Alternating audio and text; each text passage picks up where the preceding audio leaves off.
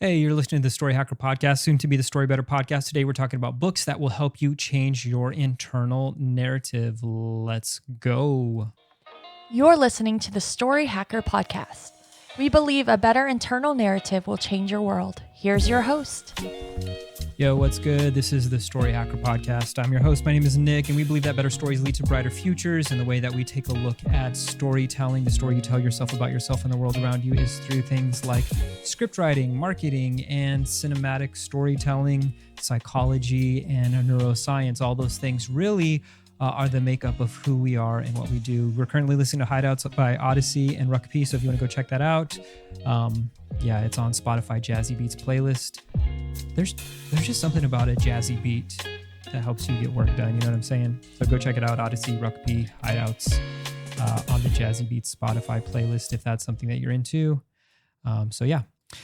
Today we're talking about books, and the reason I love books is, one, books give us a language that we might not have. It is a way to increase our knowledge. It's a way to increase our experience. It's just a way to experience the world around you in a way that you haven't before. This is important because if you're to try to live these books and then gain these knowledge and do it all by yourself, you're kind of SOL. You are straight out of luck. And the reason that books have been so popular is because it can give you a different perspective. It can give you different vocabulary. It can give you different experiences. And so as we are looking to increase our knowledge and awareness and find things that work for us, books are one of the best ways because you can write it once and it can go to multiple people all across the globe. And so that is really, really one of the best things that I think books can do for us. They also bring us together, whether it's fiction, whether it is business, psychology, whatever these books that you are reading. I think it's one of the best ways to change the story we tell ourselves about ourselves and the world around us. And so I want to talk about a couple of books today that have shaped the way that I see narrative psychology, the way that I see our central nervous system, the way that I just see life. And I want to let you know, before we hop into these books, I created a resource for you. It's at StoryBetter.co. This is called Story Mode 90. And what this is essentially a way for you to engage your body, your brain, your central nervous system. And it's literally 90 days of intense story change. And you do this through 2 exercises a day, anywhere between 15 to 45 minutes a day, one in the evening, one in the morning, and then also just finding a diet that works for you, setting some goals and some intentions of things that you want to accomplish, and then also daily reading. And so these things sound a lot like, 75 hard or hard 70, whatever the Andy Frizzell, his little program is. I thought it was cool. I thought it was awesome that he did something like that. But there was no direction in this. And so there are a couple of prompts there. There's a couple of trackers. It is a PDF download for you to check out, and that will help you really take care of your whole body and your whole narrative from a holistic perspective, not just this one perspective of like, can you think about it? Can you actually go do something about it? So Story Mode 90 at StoryBetter.co. Go check it out. It's up right now. Just put in your email and I'll send that right your way. Let's talk about books to change internal narrative. And I want to talk about the first problem that I see. I talk about this problem quite a bit, is that the internet age has set us up for great failure with our central nervous system. And the reason for that is we spend less time outside. We spend less time seeing actual blue light. There are just so many reasons. We are no longer as physically mobile as we used to be. There are just so many things that are weighing on our central nervous system. The foods that we eat, the processed foods, intake of caffeine and sugar, this third wave coffee shop, fourth wave coffee craze, all the things coffee related to help us fuel our day, because we just came out of we're post-industrial revolution, 9 to 5, grind. Like, there's just so much there when it comes to your central nervous system. And so what I want to let you know is, because of that, your central nervous system could potentially just be firing on all cylinders and misfiring. And this misfiring of the central nervous system can do things like make you nauseous all the time. It can make you feel like the world is spinning around you. If you're neurodivergent, or if you have like dissociative properties, like cognitively, there are a lot of things that you can trace back to your central nervous system. And so when it comes to how do we get out of this fight, flight, fawn response, I had a podcast on another show, and I was interviewing Lindsay from Austin, Texas. Lindsay is a therapist. She is a counselor, and we talked about this book. And if you get a chance, I'll link it in the show notes. And it was in the context of ministry. It was the context of nonprofit organizations. But she had so many good things to say. I'm not going to say those things here, but I definitely want to point you back to that podcast. It's called the Kingdom One Podcast, and it's essentially the failure of nerve for leaders. And so that's what the first book is that I'm going to mention to you is Edwin Friedman's Failure of Nerve, Leadership in the Age of Quick Fixes. Now, you might be saying, Nick, you just said a lot of stuff about central nervous system, and you're pointing me to a leadership book that's called Failure of Nerve. And I'm going to say, absolutely. The failure of nerve that Edwin Friedman is talking about here is in two parts. One, it is the nerve and the resolve, like for organizations and for family units, for, any type of multiple people, groups.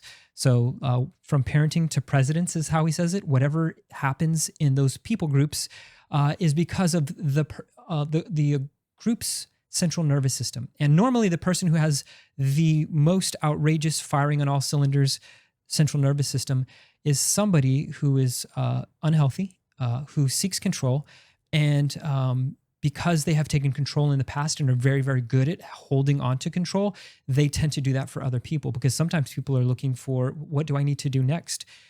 And these people who have central nervous systems who are just raging against all of the universe are willing to tell you what to do and to tell you how to live and to take more and more control. And this is for a couple of reasons. They might have felt out of control as a child. Again, there's just, so many things that the factors could play forward. But I need to tell you about this book and why this book matters, because Edwin Friedman talks about the ways that you can stay, one, differentiated, but two, still part of the whole, which is really, really interesting when it comes to leading people in organizations. This book, I think everybody should read. I have so many notes in here. If you were to see this, there's just fighting against things like herd instinct and characteristics of chronically anxious people, families, and organizations is hyperreactivity, herd mentality, blame displacement, a quick fix mentality, like let's just fix it now instead of diving deep into finding systems and processes that are actually going to work. And then a failure of nerve and leadership is all of the above of what I said. And so like from reactivity is something happens and it's not the desired outcome. The initial thing that people with chronically anxious nervous systems are going to react or hyperreact instead of respond. And so that's really important, is that sometimes these things just come out of us because of our central nervous system.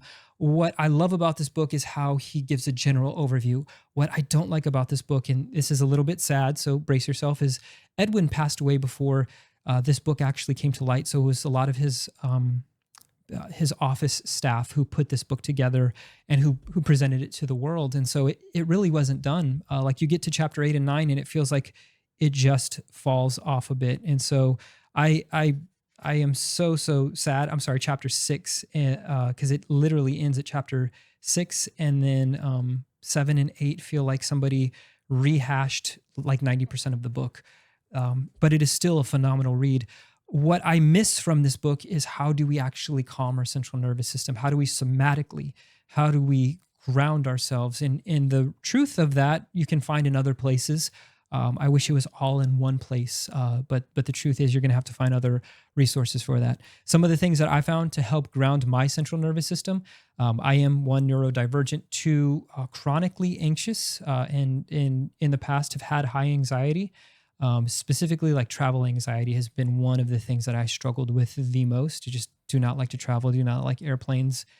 Finally got over that, I believe in 2023, just to the point where I could sleep on a plane. Before I could never sleep on a plane unless I like heavily medicated. And so, yeah, the things that have helped me really overcome this anxious mentality and anxious, like within my body somatically. One has been meditation. And what this allows me to do is the breath work, just getting more oxygen to the brain, more oxygen in the stream is really, really helpful, really can calm you down. Breath work is one of the easiest ways to do that. The next one somatically is through high intensity interval training exercises, but specific high intensity training interval exercises that are like squats, but squats to failure and muscle fatigue to failure, and to where your body shakes. And so there's this idea that after traumatic experiences, our body's the central nervous system shakes a bit, it trembles. And you can see this after like a good cry, or if something has happened, your body does like this double breathe in. It's like that thing, and you go, and what that does, that double breath in or triple breath in, calms your central nervous system. It's your body's response. Your body actually knows what to do. But doing things like wall squats till failure, and then your like legs like start to shake, or you're doing upper body movements till failure, and you can start to feel your muscles shake. The idea is our nervous system and our skeletal and muscular systems actually can hold on to some traumas, can hold on to some anxieties, even to just natural stress. You can feel that in your neck, your back, your hips, wherever you carry that. And so what this allows you to do is it allows you to, one, be mobile, but then two is that ability for your central nervous to shake just allows you to shake out some of those things. And so I know it sounds really weird. It sounds like that's strange. Like, why would your body hold stress in its muscles? It just does. And chronically stressed people have back problems, hip problems, neck problems. Yeah. The other thing too is finding a good night's sleep. And so good night's sleep is really, really important. That's why the first two that I said is breathwork, exercise. Those can set you up for great nights of sleep. One thing that I've had to do is I've had to limit my caffeine intake to like 1 espresso a day. Like I do a cappuccino. My order, and I'll always let you know my order, is mocha cap with oat milk. Always good. If somebody says what size, that person doesn't know coffee, please. The cappuccino size is in the name. Anyway, I digress because, like I said, ADD. But limiting caffeine intake, and also I've cut out all alcohol, realizing type 2 neurodivergent, like that's just going to mess with my brain. And so, yeah, I no longer drink any alcohol. And if I do, it is on the very rare occasion, maybe once or twice a year at this point. Haven't had any alcohol in almost a whole year now. Yeah, almost a whole year, maybe over that. I digress. But then the other thing too is Ariana Huffington, in her book, she did some research, and teamed up with a team of writers about sleep. And one of the things that our brains translate is what we wear, which is really strange. What we wear to sleep actually will influence our thinking and our sleep patterns. And so wearing pajamas, like actual things that you will only wear in sleep, don't wear your workout clothes to sleep, because then you'll literally dream about working out, or your body will feel like you're ready to work out, or even work clothes or your day clothes or your school clothes. Sleeping in that, it's going to send your brain the signal. And so having like either a robe or just sleeping in your sleepwear, always a good choice. And so what this does to the body is just allows you to get the most sleep possible. There's also, finally, if you want to know, like, do you have a chronically anxious nervous system? There is a test I will link in the show notes, and it is just a quiz that you can take.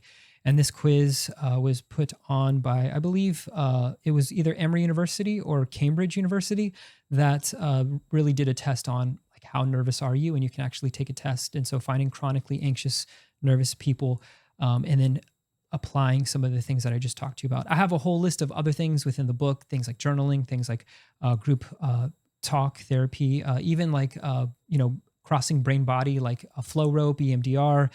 There's just so many things that we can do to make our bodies feel less stressed, which I am so glad, because I felt like 10 years ago, did not know any of this, and did not know any of this really existed. And now finding things like flow rope, where your brain body is just doing things that cross from right hemisphere to left hemisphere, where you're thinking about spatial awareness. It's just so good how it, really delivers some good cognitive benefits to the prefrontal cortex. So Failure of Nerve is the book. The solutions are not there. You're going to have to find it somewhere else. I'll point back to my book. It's The Storytelling Heart. You can find it on Amazon. There's like a small section on there around developing your story. And it is like the things that you can do, from journaling, high intensity training, all of those types of things. Next, when it comes to the failure of nerve, a lot of times that leads to, in organizations specifically and in leadership, is it leads to somebody who's willing to tell people what to do, but to do it in a way that takes away autonomy. And I think this is one of the things that I really, really want to talk about.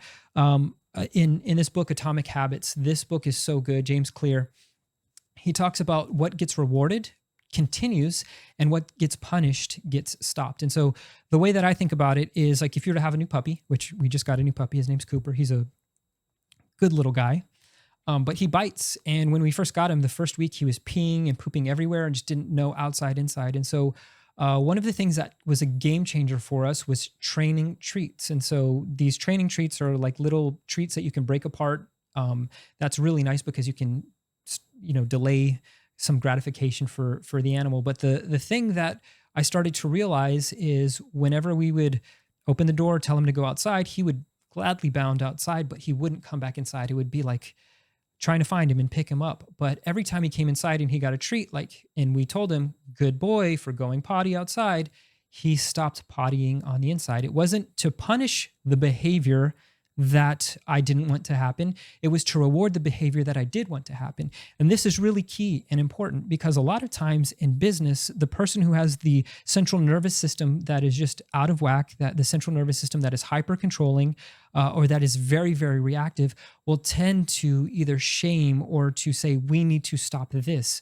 And one of the things that I found is that in Atomic Habits, he refers to this is if you are reacting to people and you in your organization and you're telling them not to do the thing anymore instead of rewarding the great behavior, what you're tending to do is you're putting people in a fear response. They're responding to fear.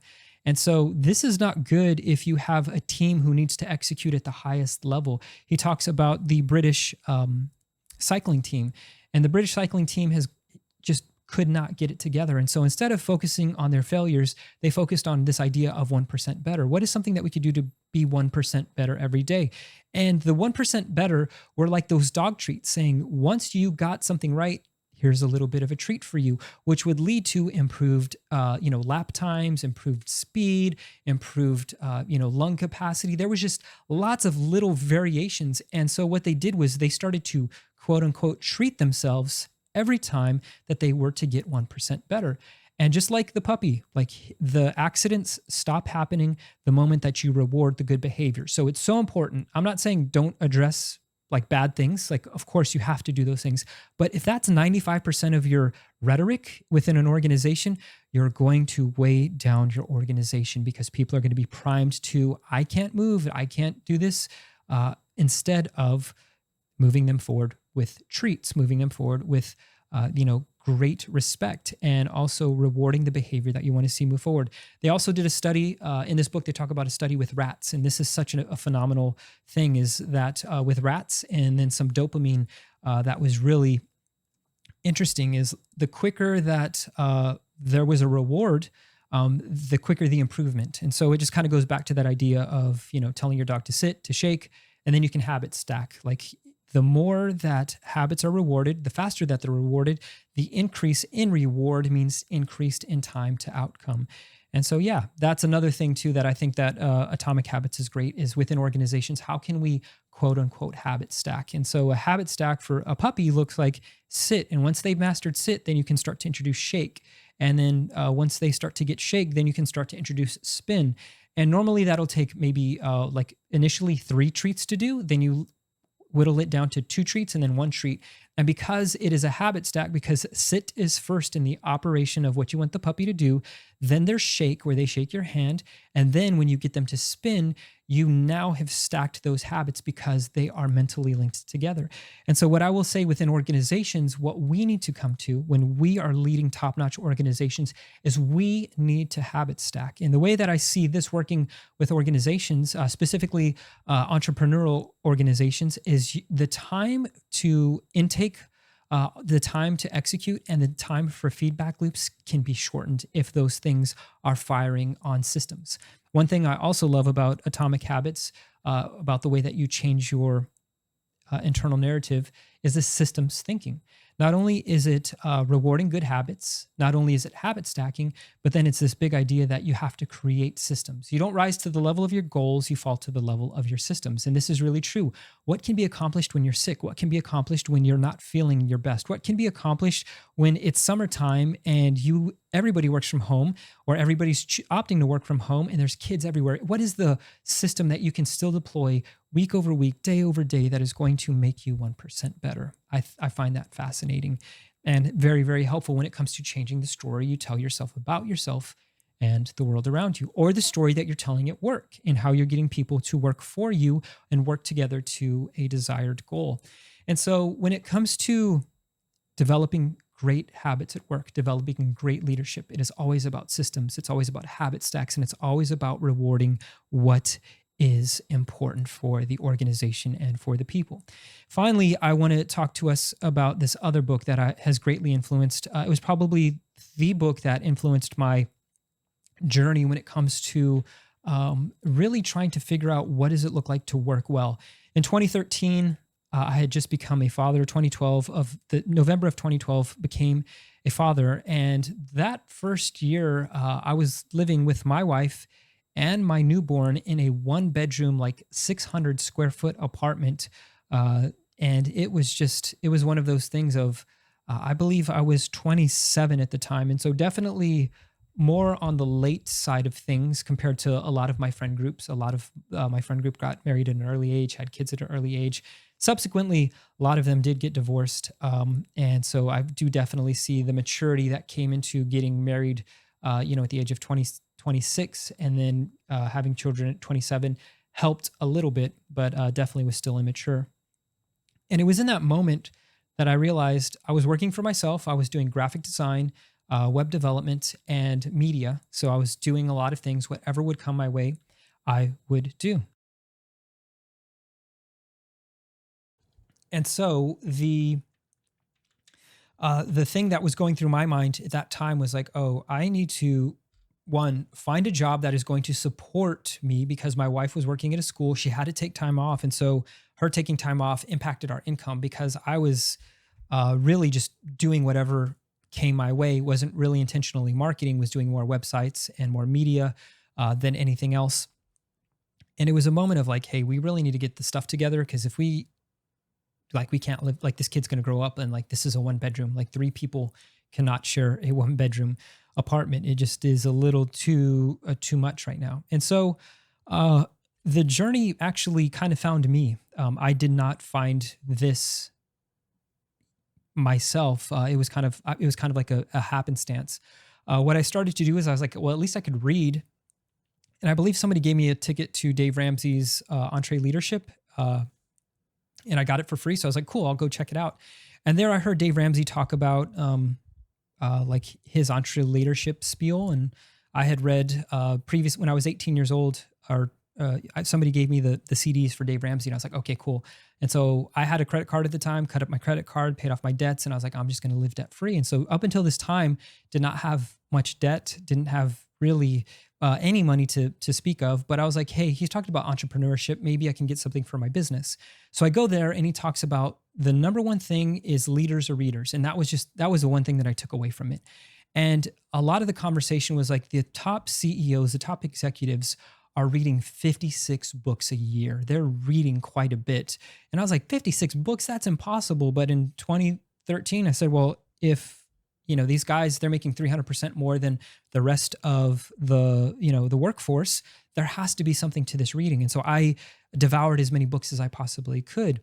And it was at that moment that I started to realize that, oh, I understand why these CEOs are reading so much. And it's because they need language for multiple domains. Like, you're going to be in the boardroom, you're going to be talking to so many different people. And so there's a bit of psychology, there's a bit of being well-rounded in your communication. So that way, when you go to people, you don't sound like an idiot. You don't sound like, I guess, maybe, sure, why not? You need to be able to take this understanding and then apply it to your life as a CEO, as a CMO, as a COO. There are just so many different facets that you cannot, like, even if you went to 8 years of college, you're still not going to have enough experience and knowledge when you're thrown into that level of leadership.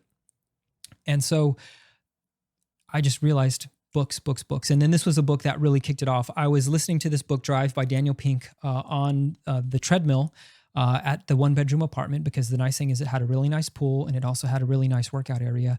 So I just started working out, started listening to books. And this book, Drive, talked about 3 things that make work worth working: autonomy, mastery, and purpose. And from that moment, I set an intention inside of myself. I decided, you know what? The work that I'm going to do has to be filled with autonomy, mastery, and purpose. It has to be a little bit of outside my reach. I have to be able to dictate and say a lot of what I want to do. And there has to be a purpose behind it.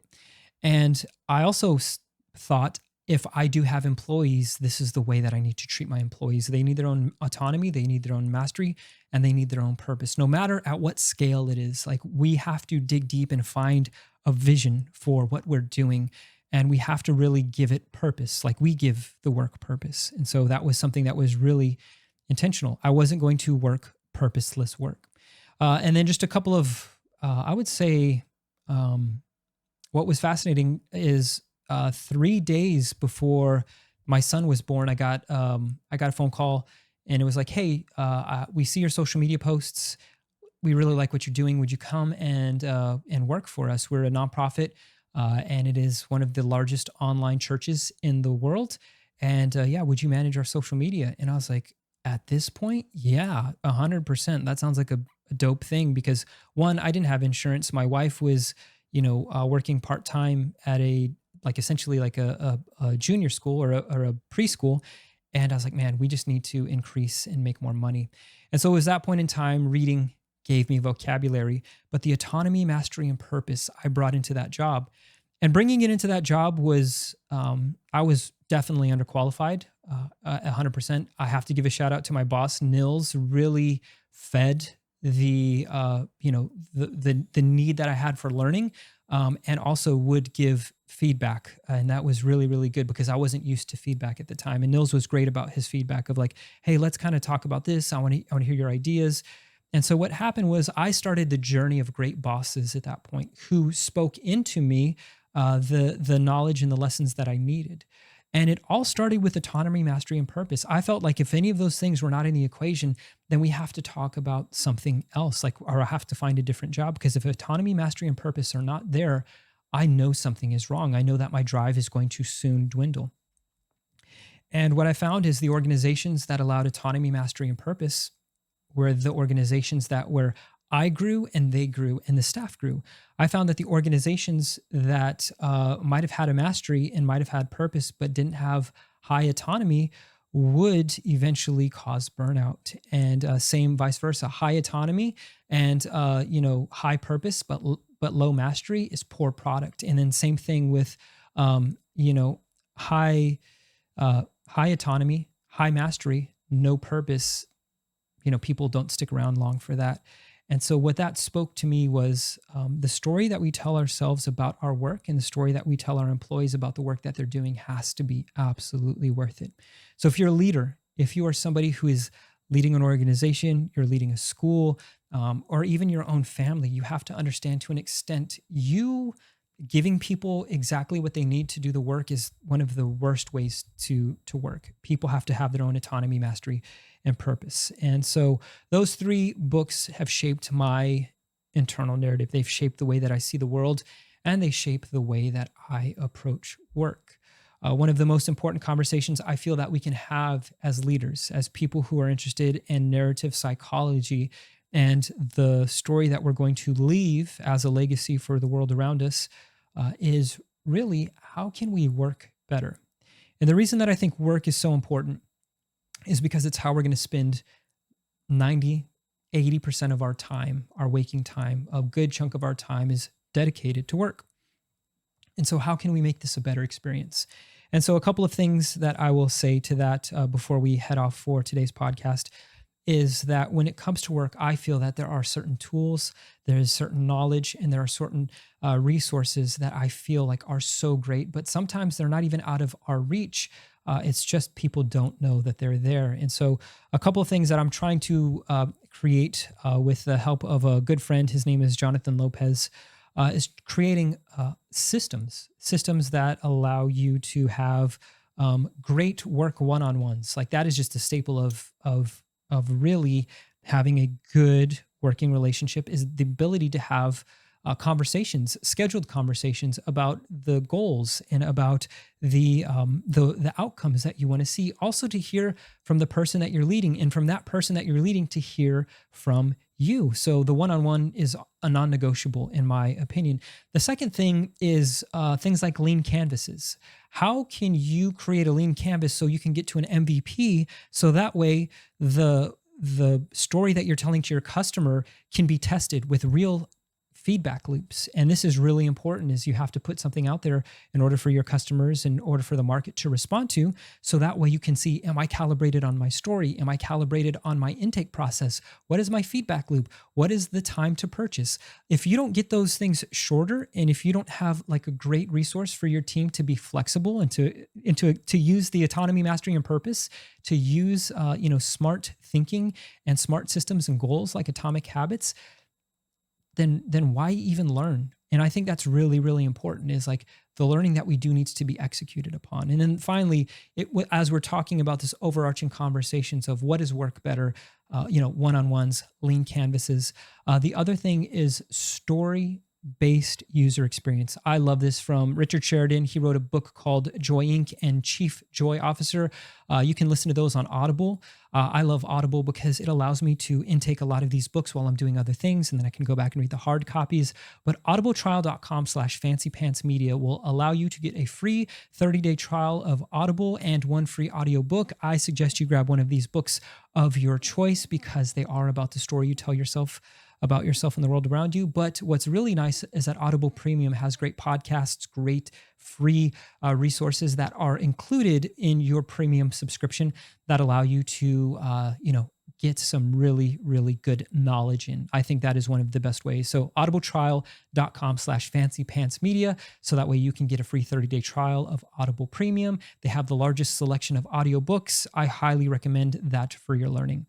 And so Chief Joy Officer and Joy Incorporated are two books about joy at work. And then again, what I'm trying to tell you is that one-on-ones, lean canvases, and story cards that allow you to have what I consider a customer journey are all integral. Also, product journeys as well, if you're developing apps. And so, so much there to talk about. There is so much world to explore when it comes to work and story, and making sure that your organization has a fighting chance when it comes to leading people well and helping them develop stories that they tell themselves about themselves and the work that they do, so that they can leave a lasting impact on the world. If you liked any part of this podcast, you can reach out to me on any of the social medias at Nick_Ovaya or at Fancy Pants Media. And until we chat again, I hope you tell the world a great story. Peace.